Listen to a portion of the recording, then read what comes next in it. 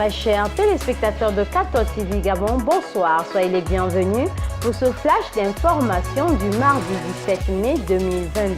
Dans le magistère universel, c'est hier, lundi 16 mai 2022, que le Saint-Père a adressé un message aux œuvres pontificales missionnaires à l'occasion de l'ouverture hier de leur Assemblée générale qui se tient à Lyon, ville de naissance de l'organisme.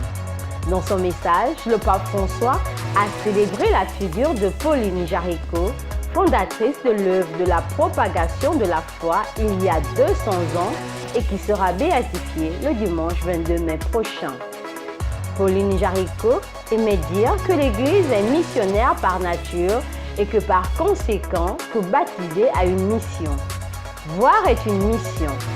Le pape François a également proposé 3 aspects qui contribuent à la diffusion de l'Évangile: la conversion missionnaire, la prière et la charité. Dans le magistère local, ce mardi matin, les élèves des classes en examen, les enseignants et le corps administratif du collège et lycée catholique Sainte-Marie ont participé à la messe de fin d'année à la cathédrale Notre-Dame de l'Assomption. L'abbé Arnaud Vincent Cita, aumônier du dit collège et lycée, a célébré le merci à Dieu. C'est le dimanche 15 mai 2022 que l'Armée Blanche, une communauté à vocation mariale du sanctuaire national Notre-Dame du Gabon, a célébré de manière différée Notre-Dame de Fatima, qui est sa fête patronale. Cette célébration a permis au groupe de souffler sa 13e bougie d'anniversaire d'existence. Occasion pour ces jeunes filles et garçons de renouveler leur engagement devant la Madone.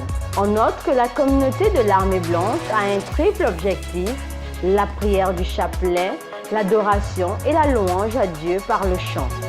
Leur slogan: tous unis dans le combat avec Marie.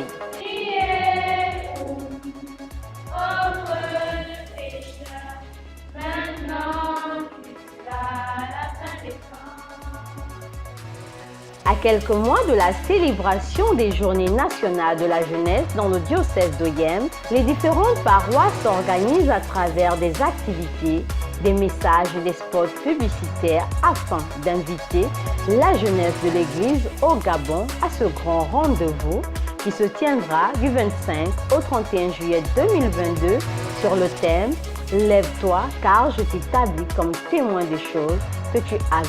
Qui est dit Oyen 2022, j'y serai. Samedi 14 mai 2022, les responsables de la coordination pastorale des jeunes de la paroisse cathédrale Notre-Dame de l'Assomption Sainte-Marie ont organisé une journée culturelle autour du thème « D'ici, la lumière de l'Évangile a brillé sur les pays africains ».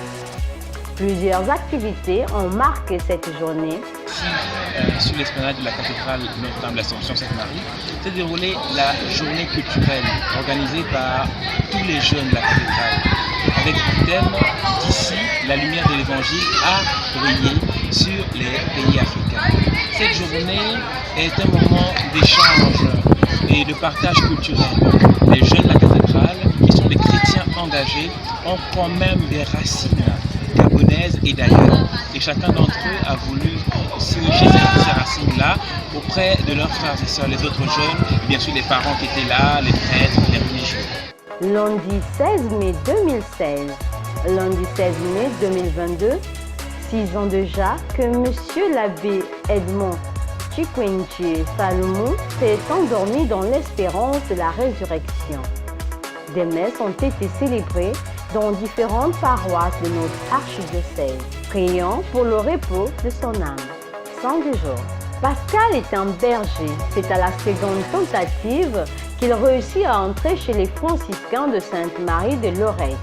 Mais il resta laïque, s'estimant indigne des vœux. À cause de sa dévotion, il sera surnommé le Séraphin de l'Eucharistie. Éprouvé par des mortifications corporelles, il meurt en 1592 après avoir communié. Il est canonisé en 1690 par Alexandre VIII.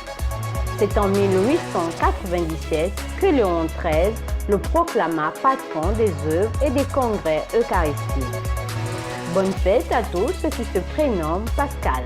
Chers téléspectateurs de 14 TV Gabon, c'est ainsi que se referme le flash d'information de ce mardi 17 mai 2022. Nous vous remercions de l'avoir regardé. En route pour les 200 ans de notre Église, gardons la foi, l'espérance et la charité.